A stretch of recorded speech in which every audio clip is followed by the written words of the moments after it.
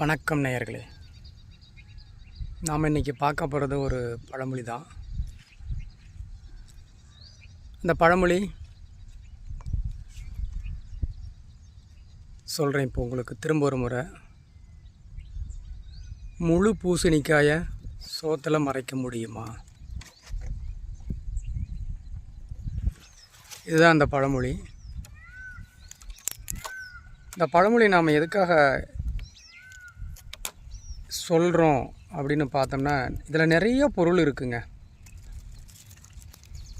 அதுக்கு முன்னாடி நம்ம ஒரு விஷயம் தெளிவாக நாம் பகிர்ந்துக்குவோம். அந்த விஷயம் என்ன அப்படின்னா, இந்த மனித வாழ்க்கையில் ஒவ்வொருத்தரையும் ஒவ்வொரு விதமாக சொல்லுவாங்க, ஒவ்வொரு குணங்கள் அடிப்படையில் சொல்லுவாங்க. எந்த மாதிரி சொல்லுவாங்க அப்படின்னா, இப்போ நண்பன் அப்படின்னு எடுத்துக்கிட்டால் சில பேர் நண்பன் எதை கேட்டாலும் இல்லைனாலும் பக்கத்தில் கடன் வாங்கி கொடுப்பாங்க. அதே போல் ஏதாவது ஒரு அவசர தேவை, நண்பன் வெளியில் இருக்கான், ஒரே ஒரு அழைப்பு, தன்னுடைய வீட்டுக்கு பக்கத்தில் இருக்கிற இல்லை ஊருக்குள்ள இருக்கிற நண்பனை கூப்பிட்டு, இந்த மாதிரி ஒரு உதவி இருக்குது, நான் வெளியில் இருக்கேன், நீ போய் கொஞ்சம் பாரு அப்படின்னா உடனே வண்டி எடுத்துகிட்டு ஓடிவோம். அது என்ன வேலை செஞ்சிட்டு இருந்தாலும் சாப்பிட்டுட்டு இருந்தாலுமே கூட. இதெல்லாம் நண்பர்களுக்குள்ளே இருக்கிற மிகப்பெரிய ஒரு உறவு முறையில் தவிர்க்க முடியாதது, உண்மையான அந்த நட்புக்கானது. நம்ம ஏன் இந்த செய்தி இப்போ இங்கே பதிவு பண்ணுறோம் அப்படின்னா, இந்த முழு பூசணிக்காயை சோத்தில் மறைக்க முடியாது அப்படின்னு சொல்லுவோம் பார்த்தீங்களா. இந்த பழமொழிக்கு நிறைய வகையில் நம்ம உதாரணம் சொல்லலாங்க. இப்போ வீட்டில் பிள்ளைங்க இருக்க அப்படின்னு சொன்னால், அப்பா அம்மாவுக்கு தெரியாமல் சின்னதாக ஒரு தப்பு செய்கிறாங்க அப்படின்னு வச்சுக்கிறாங்களேன், அதை மறைக்க முடியாதுங்க அவங்களால. மறைக்கணும்னு நினச்சி ஏதாவது தப்பு பண்ணாங்கன்னா, அதாவது மறைக்கணும்னு நினச்சி ஏதாவது அவங்க அதை முன்னேற்பாடாக ஏதாவது செஞ்சாங்க அப்படின்னா, அவங்க மறைக்கிறதுக்காக செய்கிற திட்டமிடலே பார்த்திங்கன்னா அவங்க செஞ்ச தப்பை காட்டி கொடுக்கும். அப்போ பெரியவங்க சொல்லுவாங்க, பெற்றோர்கள் சொல்லுவாங்க, முழு பூசணிக்காயை சோத்தில் மறைக்க முடியுமா அப்படின்னு சொல்லுவாங்க. அதுதான் இந்த அர்த்தம். நம்ம இன்னொரு வகையில் இப்படியும் பார்க்கலாங்க. இப்போ ஒரு பேராசை பிடித்தவன் தன்னுடைய தேவைக்காக ஒரு தப்பு செய்கிறான், அல்லது இப்படி திருடுறான் அப்படின்னு வச்சுப்போமே. திருடும் போது என்ன பண்ணுவாங்கன்னா, சில பேர் திருடிடுவாங்க. திருடிட்டு பின்னாடி நான் திருடலை அப்படின்னு சொல்லி ரொம்ப நேரமாக அவங்க சமாளிக்க பார்ப்பாங்க, நான் இல்லை அப்படின்னு. ஆனால் இதில் சில பேர் என்ன பண்ணுவாங்கன்னா, கொஞ்சம் பெரிய வகையில் திருடணும் அப்படின்னு நினைக்கிறாங்கன்னு வச்சுக்கோங்களேன். இப்போ சமீப காலத்தினுடைய சில நிகழ்வுகளை கூட நம்ம சொல்லலாம். இப்போ இந்த நகைக்கடையிலலாம் நிறைய பேர் திருடி இருக்காங்க இல்லைங்களா. சிசிடி கேமரா இருந்தும் சில பேர் திருடி இருக்காங்க. அப்படி சிசிடி கேமராவில் அவங்க சிக்கியும் கூட யார் அந்த திருடன் அப்படின்னு கண்டுபிடிக்க முடியாமல் இருக்கும். அப்படி இருந்துமே கூட சில பேர் அந்த சிசிடி கேமராவில் சிக்கின ஏதாவது ஒரு தடயத்தின் மூலமாக அவங்க மாட்டிடுவாங்க. இப்போ அது எப்படி சொல்கிறது அப்படின்னா, ஒரு பந்தி இருக்குது, ஒரு வீட்டு சுப நிகழ்ச்சியில். அந்த பந்தியில் சாப்பாடு வைக்கிறோம். அந்த சாப்பாடு வைக்கும் பொழுது ஒரு பூசணிக்காயை வச்சு அதை சோறு அள்ளி போட்டு மறைச்சிட முடியுமா? முடியாது இல்லையா. அந்த மாதிரி தாங்க இந்த தவறு செய்தவர்கள் தான் செய்கிற தவறுகளை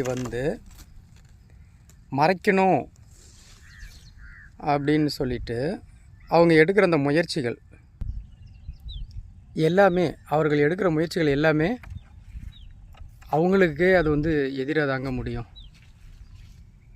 இப்போது ஒரு சம்பவத்தை மட்டும் நான் உங்களுக்கு இங்கே பதிவு செய்கிறேன். சமீபத்தில் ஒரு பெரிய ஒரு நகைக்கடையில் ஒரு சாதாரண ஒரு இளைஞன் வாழ்க்கையில் சின்ன சின்னதான திருடுகளில் ஈடுபட்டு காவல்துறையினுடைய கைதிக்கு ஆளாகி ஒரு கட்டத்துக்கு மேலே அவன் என்ன செஞ்சுருக்கான் அப்படின்னா, அந்த பெரிய அளவில் ஏதாவது ஒன்று நம்ம திருடி வாழ்க்கையில் இனிமேல் திருடவே கூடாது, ஆனால் வாழ்க்கையில் வந்து நம்ம நல்ல ஒரு வசதியான வாழ்க்கையை வாழணும்னு சொல்லிட்டு 6 மாதமாக ஒரு கடையில் திருடணும்னு திட்டமிட்டுருக்கிறான். அதுக்கப்புறமேட்டு கூட அதுக்காக வேண்டி முன்னேற்பாடுகள்லாம் என்னென்ன செய்யணுமோ எதெல்லாம் பார்த்துருக்கான். இதுக்கு முன்னாடி நகை கடையிலையோ அல்லது துணி கடையிலையோ திருடினவங்க வந்து சிசிடி கேமரா இருந்தும் திருடி அவங்க எந்தெந்த வகையிலெல்லாம் மாட்டினாங்க, அதனுடைய ஆதாரங்கள்லாம் என்னன்னு சொல்லிட்டு காவல்துறை இறுதி கட்டத்தில் ஒரு அறிக்கை கொடுக்கும்போது சொல்லுவாங்க பார்த்தீங்களா, அந்த மாதிரி இது எல்லாம் இவன் படித்து பார்த்துருக்கான். படித்து பார்த்துட்டு இப்போ அந்த மாதிரியான தவறுகளே நம்ம செய்யக்கூடாது அப்படிங்கிறதுக்காக இவனும் மிகப்பெரிய அளவில் முன்னேற்பாடாக 6 மாதம் 7 மாதம் வரைக்கும் மெதுவாக திட்டமிட்டு நகைக்கடைக்கினுடைய பின்புறமாக தினம் கொஞ்சம் கொஞ்சமாக சுவத்தை தொலையிட்ருக்கான். தொலையிட்ட பிறகு ஒரு குறிப்பிட்ட நாள் இதுதான் நம்ம இன்றைக்கி திருட போகிறோம் அப்படிங்கும் பொழுது முகத்துக்கு முகமூடிலாம் அணிஞ்சிட்டு போயிட்டான். கடையில் திருடிட்டான், வந்துட்டான். ஏறத்தாழ அவன் திருடின பொருட்கள் மட்டும் பார்த்திங்கன்னா 17 கிலோ வைரம் தங்க நகைகள் சேர்ந்தது அப்படின்னு அந்த செய்தித்தாளில் நானும் படிச்சிருந்தேன். அது உண்மை வரலாறு தான். இதில் திருடிட்டான், தப்பிச்சு போயிட்டான்.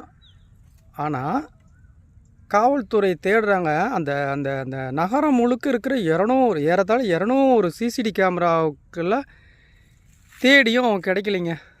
எவ்வளோ பெரிய திட்டமிடல் பாருங்களேன், இவ்வளோ பெரிய அறிவு கூர்மையாக அவன் திட்டமிட்டிருக்கான். இதை வந்து வாழ்க்கையில் முன்னேறதுக்கு கூட அவன் யோசிச்சுருக்கலாம், திருட்டு தொழிலுக்கு பயன்படுத்தாமல். எந்த ஒரு சிசிடிலையும் அவன் பதிவாகலைங்க. அவன் விடிகாலையில் திருடி இருக்கான். திருடிட்டு கொண்டு போய் பக்கத்தில் இருக்கிற ஏதோ ஒரு பெயிண்ட் கடைக்கு பக்கத்தில் அந்த திருடனை மூட்டையை வச்சுட்டு போய் கடையில் உட்காந்து தேநீர் அருந்திருக்கான். அருந்திட்டு பிறகு நேராக ஒரு பேருந்து பிடிச்சி அவங்க சொந்த ஊருக்கு போகாமல் பக்கத்தில் ஒரு ஊருக்கு போயிருக்கான். அங்கே போயிட்டு அவன் என்ன பண்ணியிருக்கான் தெரியுங்களா, அங்கே இருக்கிற மக்கள்கிட்ட வந்து இங்கே சுடுகாடு எங்கே இருக்குது, நான் தீவிர சிவன் பக்தன், அதனால் சாம்பலையும் மண்டை ஒடுக்கலையும் எடுத்து நான் பூஜை செய்யணும்னு சொல்லி கேட்டு சுடுகாட்டுக்கு போயிருக்கான். அங்கே போயிட்டு நகைகள் எல்லாம் பதுக்கி வச்சுட்டு அதே ஊரில் வாடகை எடுத்திருக்கான். ஒரு வீடு வாடகை எடுத்து தங்கியிருக்கான். தினமும் சுடுகாடுக்கு போகிறான் வரான். அதுக்கப்புறம் மக்களுக்கு ஒரு சந்தேகம் வருது, ஏன் தினம் சுடுகாட்டுக்கு போகிறான், என்ன நடக்குதுன்னு சந்தேகத்தில் காவல்துறைக்கு தெரிவிக்கிறாங்க. காவல்துறை வராங்க, வந்து தீவிரமாக விசாரிக்கிறாங்க. 5-6 ஆணையாளர்கள் விசாரிச்சுமே இந்த நகை சம்மந்தமாக விசாரணை நடத்தியும் துப்பு துளங்கலை. இந்த ஊர் மக்கள் சொல்லி இவனை வந்து விசாரிக்கிறாங்க. விசாரிக்கும் பொழுது இவன் வந்து ஒரு புத்தி சுவாதனை இல்லாத மாதிரி தான் பேசியிருக்கான். அப்போ இவங்ககிட்ட ஒன்றும் இல்லை அப்படின்னு சொல்லிட்டு அவங்க முடிவு பண்ணிட்டாங்க.